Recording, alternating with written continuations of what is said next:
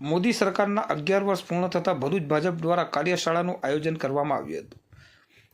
ભરૂચ જિલ્લા ભારતીય જનતા પાર્ટી દ્વારા મોદી સરકારના 11 વર્ષ પૂર્ણ થવાના પ્રસંગે વિકસિત ભારતના અમૃતકાળ, સેવા, સુશાસન અને ગરીબ કલ્યાણની થીમ પર કાર્યશાળાનું આયોજન કરવામાં આવ્યું હતું। ભારતના વડાપ્રધાન નરેન્દ્ર મોદીના વડાપ્રધાન પદે 11 વર્ષ પૂર્ણ થવાના અવસરે ભરૂચ જિલ્લા ભાજપ દ્વારા વિકસિત ભારતના અમૃતકાળ, સેવા, સુશાસન અને ગરીબ કલ્યાણ થીમ પર એક વિશેષ કાર્યક્રમનું આયોજન કરવામાં આવ્યું હતું।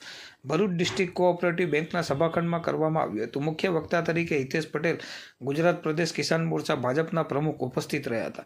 આ કાર્યશાળામાં 2014થી 2025 સુધીના વડાપ્રધાન મોદીના શાસન દરમિયાન કરવામાં આવેલ વિકાસ કાર્યો, જાહેર કલ્યાણ યોજના અને સુશાસનની વિવિધ પહેલોનું વિસ્તૃત રૂપે વર્ણન કરવામાં આવ્યું હતું। કાર્યક્રમમાં જિલ્લા ભાજપના પ્રમુખ પ્રકાશ મોદી, મહામંત્રી નિરલ પટેલ સહિત અનેક અગ્રણીઓ અને કાર્યકરો ઉપસ્થિત રહ્યા હતા।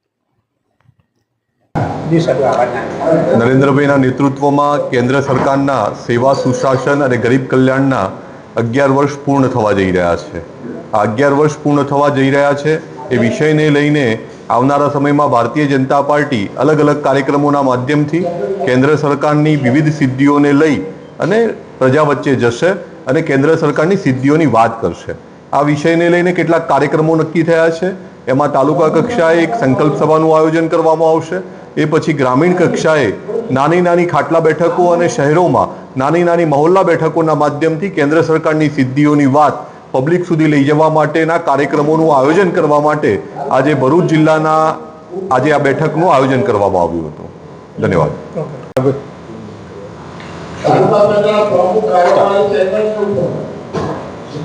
દેશના યશસ્વી વડાપ્રધાન અને વૈશ્વિક લીડર એવા આદરણીય શ્રી નરેન્દ્રભાઈ મોદીના સુશાસનના 11 વર્ષની સિદ્ધિના સંદર્ભમાં ભરૂચ જિલ્લા ખાતે આજે કાર્યશાળાનું આયોજન થયું છે।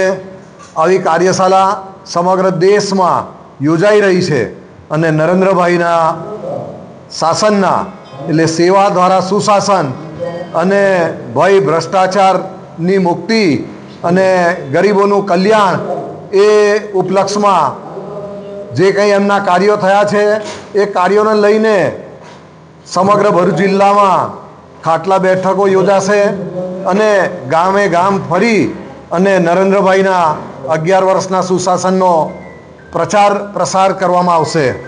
છેલ્લી જે સિદ્ધિ છે ઓપરેશન સિંદૂર, એના માટે પણ ગામે ગામ જઈ અને લોકોને આ પણ કાર્યથી અવગત કરવામાં આવશે।